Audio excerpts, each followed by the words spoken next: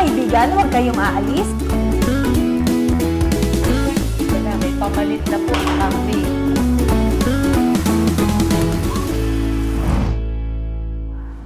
Isang masaya at malusog na pagbati sa inyong mga ginigiliw na tagapanood.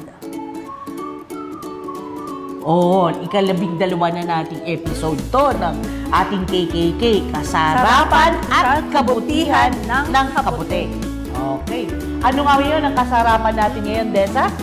Ang kasarapan natin ngayon ay ang mushroom binuguan with watermelon juice. Wow! Mushroom binuguan. Binuguan niya. Binuguan, okay. Ang mushroom binuguan ay kasi, lala ko na naman, mga Batanggenyo, may hilig sa binuguan, no? Pero siyempre, patay, ano na naman tayo dyan. Patay batok na naman. Putok-batok na naman yung ano yan. So, bago natin namnamin yung malusog na binuguan, ay atin munang namnamin ang salita ng Panginoon. Mababasa natin sa John 14:27. Peace I live with you, my peace I give you, I do not give to you as the world gives. Do not let your hearts be troubled, and do not be afraid, sabi ng Amen, Panginoon. amen. So, maganda yung kapayapaan na sinasabi ng Panginoon. Kung galing sa Panginoon yung kapayapaan, makakaasa ka na mayroon kang kapayapaan. Hindi kagaya nung sa kapayapaan na sinisigaw ng mga tao dito sa mundong ito, mukhang malayo-layo Ibang payapa yun natin. Oo, at saka malayo-layo sa katotohanan minsan yung akala mo ay kapayapaan na sa mundong ito. Meron ka pa rin nararamdaman na anxiety, meron ka pa rin takot na nararamdaman. Pero yung kapayapaan ng Diyos, tunay na at peace ka talaga na si Lord ang bahala. Hindi ako kailangang mag-alala. Mangamba. Oo. So praise God. Dahil dyan, hindi tayo mangangamba ngayon na sasakit yung batok natin sa pagkain ng kulay itim, no? Oo, kulay itim to. Kulay itim, parang akala mo dinuguan, no? Oo. Pero hindi siya dinuguan. Ang tawag niya, binuguan. Ano yung binuguan, no? Ano yung kasarapan na ito, Desa? Ang kasarapan natin ngayong araw na ito ay ang mushroom binuguan with watermelon juice. Oo nga, pero ibig sabihin, anong kabutihan nito? Ang kabutihan nito ay Ng beans ba? ng beans. Ang kabutihan ng black beans, hindi mo pwede raw sa'yo to, te. Weight loss. Ang sarap naman yan, ano? Oo. Para ko makapunch, talagang bigay na bigay. Tama, weight loss, no? Weight loss at sa akin din yan. Weight loss, kasi ano yan marami rin actually fiber yan. At the same time, tutulong siya sa pagpapababa ng ating timbang. At the same time, sa diabetes, okay din yan. Anti-diabetes yan, maganda. Okay. So, maganda yan, no? Siyempre, yung watermelon, maraming water yun. No? Which is, kailangan ng katawan natin. Sabi nga ay, malaking porsyento ng katawan natin ay tubig. So, mahalaga rin yung watermelon. So, ayan po, narinig nyo. Paano ka gagawa ng binuguan? Ituturo sa atin ni Desa. Abangan po natin. Wag na wag po kayong aalis. Pwede naman po kayo umalis saglit, pero balik ka agad. CR break, pwede. Pero dala na ng ballpen at papel para po sa ating pakikinig at panunood ng ating mushroom binuguan. See you later!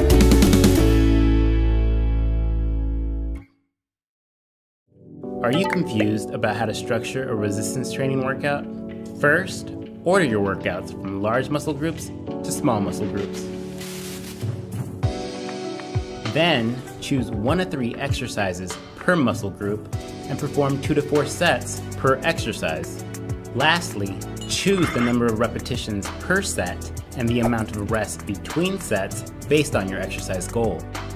To learn more, ask a certified trainer your questions about exercise.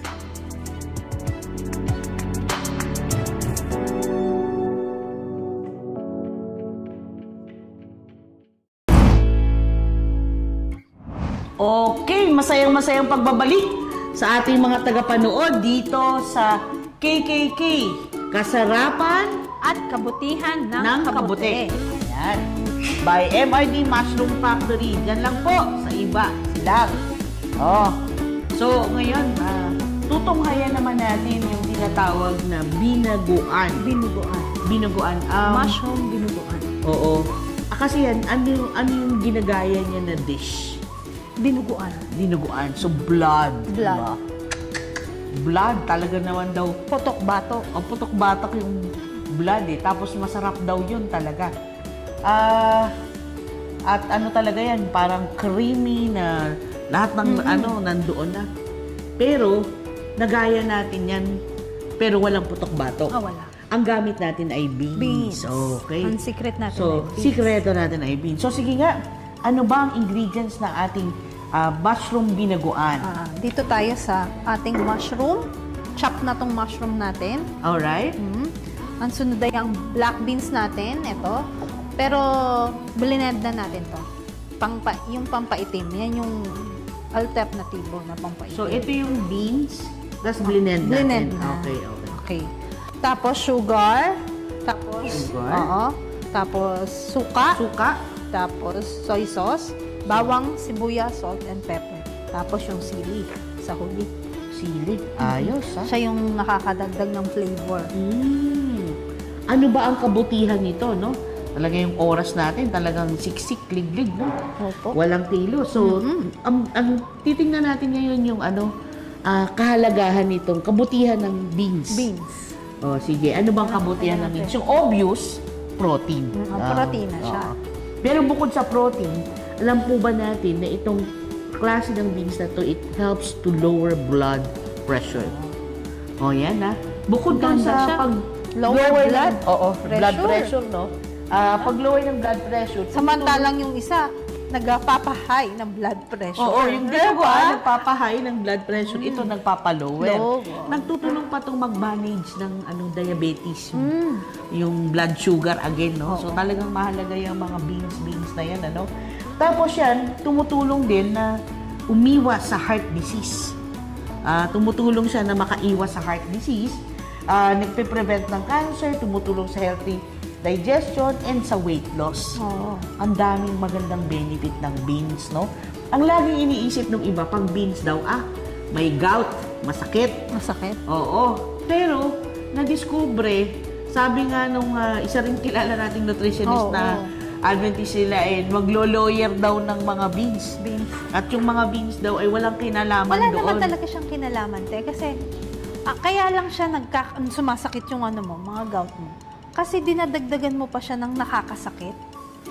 Kumbaga, yung munggo, talagyan mo pa siya ng chicharon. Diba? Yun eh. Yun yung mas yun ang mas culprit. Yung chicharon o yung karne na inilalagay sa munggo kaysa dun sa munggo itself.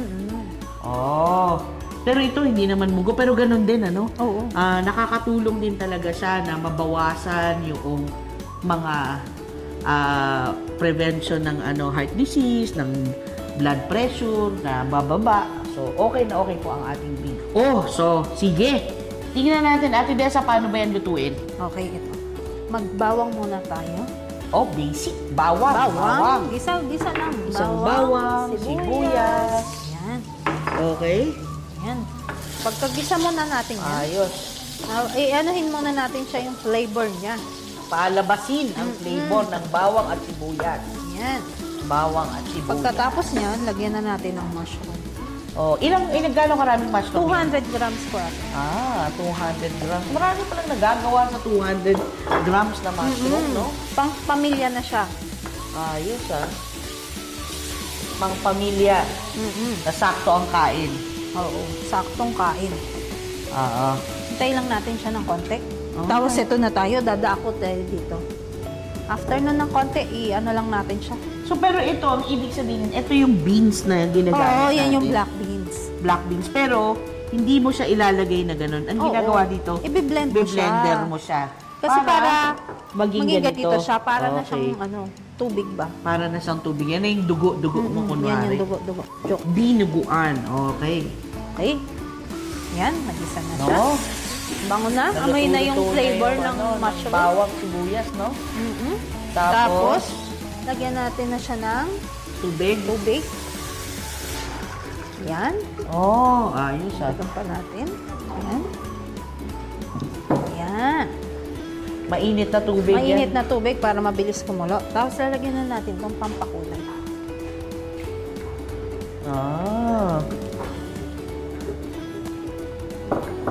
Yan. Busin na natin. Hintayin lang natin siya kumulo. Tapos lalagyan lang natin ito na itong Vinegar. vinegar. So, ano yun? Gaano karaming vinegar? Parang Ito, ate, ano to? 10 tablespoon to. 10 tablespoon. Oo. Wow. Tapos ito, 9. Ha? 9 tablespoon. 9. Ah. Yan. Marami palang ano yun, no? Tapos sa cup, 5 cups ng tubig yun. 5 cups ng tubig. Okay. Tapos lagyan natin ng konting pampalasa. Asin, Asin. tapos pepper, Okay. tapos konti lang na toyo. Konti lang to. Yun. Ah. Tapos halu-haluin lang. Hahaluin lang natin. Iintayin lang natin siya. Parang ang dali lang, no? Mushroom, beans na giniling, bawang, sibuyas, tubig, suka. Asin, napakadali lang pala. Dali Walang lang putok-batok. Wala. Ayos na Ayos ayos. siya. Hintayin lang siyang kumulo Iintayin ulit. lang natin siyang kumulo. Ayun na, te. Parang kumukulo na siya. Para nga. Ayun! Amoy na amoy, ha? Dagdagan lang natin ng paminta. Pang? Paminta. Paminta, tsaka... Dinagdagan ko. Tsaka ito, pampalapot. Ano yung pampalapot natin? Cornstarch. Ilang ano ng cornstarch? 3 tablespoon lang, tapos konting tubig. Okay na yun. Ah, okay, okay. Yan. Hintayin lang natin siya na. Hindi naman siya yung sobrang lapot. Dapat yung parang ano lang. Saktuhan lang. Sakto lang. No? Yan. Tapos lalagyan na natin yung sili natin. Ayos, ah. Yes. Yan. Okay na. Yan. Kumukulo na siya. Pwede na siya. Enough mo na? Oo. Okay na siya. Okay. I-plating na natin. Yung binuto. So, kailangan lang kumulo. Kumulo lang siya, oo. Pagkakulo niya, yan, di ba? Wala tayong bowl. Ano sa plating na.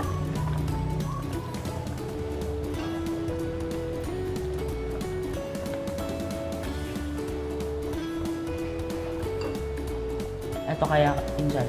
Ito na, te. Okay na to. Okay na. Yan. Ang Ayos. ating mushroom binuguan. Di ba? Wow! Oy, Tapos, gagawa na tayo din ng ating juice, watermelon juice. oh, sige, hindi mo na tayo titikim. Oo, huwag ka muna titikim. Hindi pa. Ano na to? Okay. Buksan mo na siya. Yan. Lagay natin yung water natin. Okay. Tapos lalagyan natin Add to? natin ito yung water. Sayang. Okay.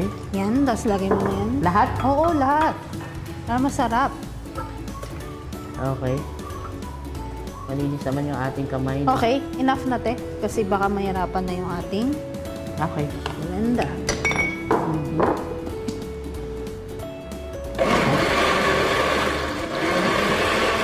Yan. Saka mo ilagay uli. Okay. Dagdagan mo. Yan. Ang ganda na. Ayos. At ganda ng kulay, ah. Ganda ng kulay. Red and ano. Brown. Red and black.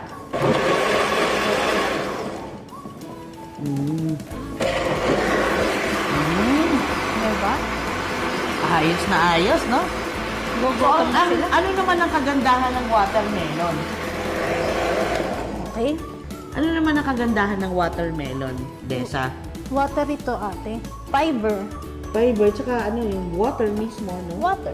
Malaking bagay. Lalo na sa panahon ng tag-araw, ang watermelon ay talagang patok na patok. Nakakatulong mag-rehydrate. Yan. Uy! Yan. Ayos. Ayos. Sige, sige. Yan. Ready na ang ating watermelon juice and mushroom binuguan. Alam mo ba, masarap to sa puto. Ah, oo. Yun, di ba yun yung ginagawa nila? May dinugan, tas may puto, Oo. no? So, sa MRD, meron tayo Oo, nito, meron no? to. Meron Puto din at binuguan. Puto at binuguan. At may mga nag-order nito, no? Kahit hindi Batanggenyo, sinusubukan din nila Oo. yan, eh. Pero kahit bukod sa puto, pwede rin sa kanin. Oo, pwede, syempre. Oo. Yun ang favorite mo. Kanin. Kanin, Kanin no? is life. Kanin is life, yeah. O, ayun na. Okay. Okay. So, maganda po ito na matikman natin, no? Para po sa ating mga tagapanood, dahil hindi kayo makakatikim, sabihin ko na lang po kung anong lasa niyan. Pero bago dyan, tayo po muna ay mananalangin. Ako naman ang mananalangin. Sige. Let us pray. Dear Heavenly Father, maraming salamat po sa pagkain nasa harapan namin. Nawa ito'y magpalusog, magpalakas sa amin. At Lord, sana po doon sa mga nakakita, nakapanood nito, ay magaya rin nawa nila ito sa kanilang mga tahanan upang magkaroon ng variety ng plant-based food ang mga manonood para magkaroon sila ng alternatibo sa healthy lifestyle. Salamat po ng marami sa inyong pagpapalat biyaya. Sa pangalan ni Jesus. Amen. Alright. Ay, this is it na. Tikman This mo is na. it, pansit. Oh, yan. Di ba? Medyo ano siya. Wow, talagang parang saucy, no? Oo. O, tikim nga lang eh. O. Tikim lang. Tikman mo, ha? Oh.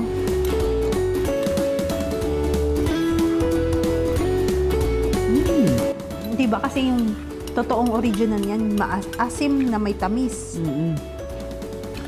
Naano mo Okay. yung asim niya?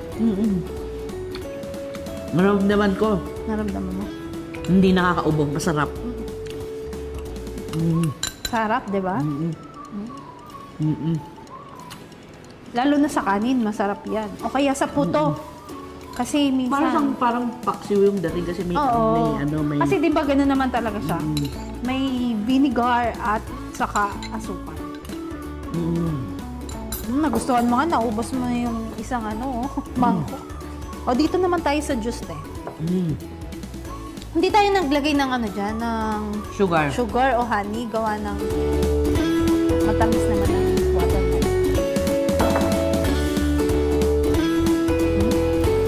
Wow. Sarap? Watermelon talaga. Diba? Laging ino-order yan yung watermelon slush. Lalagyan mo lang siya ng ice. Sarap na. Nakaka-refresh siya. Actually, yun yung sasabihin. It's really Diba? refreshing. Oo. Refreshing. Refreshing siya. Okay na okay. Lalo na sa panahon ng summer, no? Oo. Kaya yan. Ngayon naman kasi, Init. pag sobrang init talaga, Oo. masarap talaga yun. Watermelon. So, pwede natin pag-combine ito. No? Diba? So, yung iba, siya, pwedeng may complement kasama siya. kang puto o kaya Kanin. Pwede ang inyong binubuan para iba naman ang recipe na mapapakita natin doon sa iba.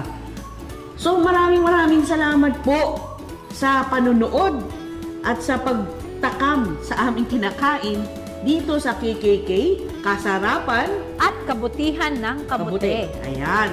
At ngayon ay syempre iniinyayahan na namin ulit kayo para sa susunod. Oo, last episode na natin. Ayan. Ang ating Siyempre. episode 13. Biruin mo, makaka-13 na tayo na dishes. 13 dishes, okay. Oo. At itong huling episode ay talagang Happy maganda. birthday! Oo, happy birthday sa atin dahil Oo. last na natin. Yun na nga po. At the same time, pwede ito para doon sa mga magbe-birthday. Oo. Ayan. Kasi ang Tama-tama. ating recipe na lulutuin sa susunod ay may pinamagatang MRD Pansit Canton na may kasamang mushroom Homemade, ice cream. Yes, MRT Pansit Canton. Homemade mushroom. Homemade mushroom. Kasi hindi nakita ko Ice yung cream. price. Ice cream. Diba? So, may ice cream na, mayroong pang Pansit Canton. Pero ang ituturo lang natin, syempre, yung Pansit Canton. Yung Pansit Canton. I-introduce lang natin siya sa mushroom ice cream. Oo, kasi may gourmet ice cream ang MRD. Oo. Okay. So, wag na wag po kayong mawawala dyan. May papansit si Mayor. May papansit po ang MRD Mushroom Factory. So, sana po ay maka-attend kayo at makita nyo yung creamy saucy pansit canton ng MRD. Maraming salamat po. To God be the glory. Thank you, Lord, sa maraming pagpapalang binibigay sa ating lahat. So, see you around next time. See you soon. Bye-bye. Salamat po. Thank you.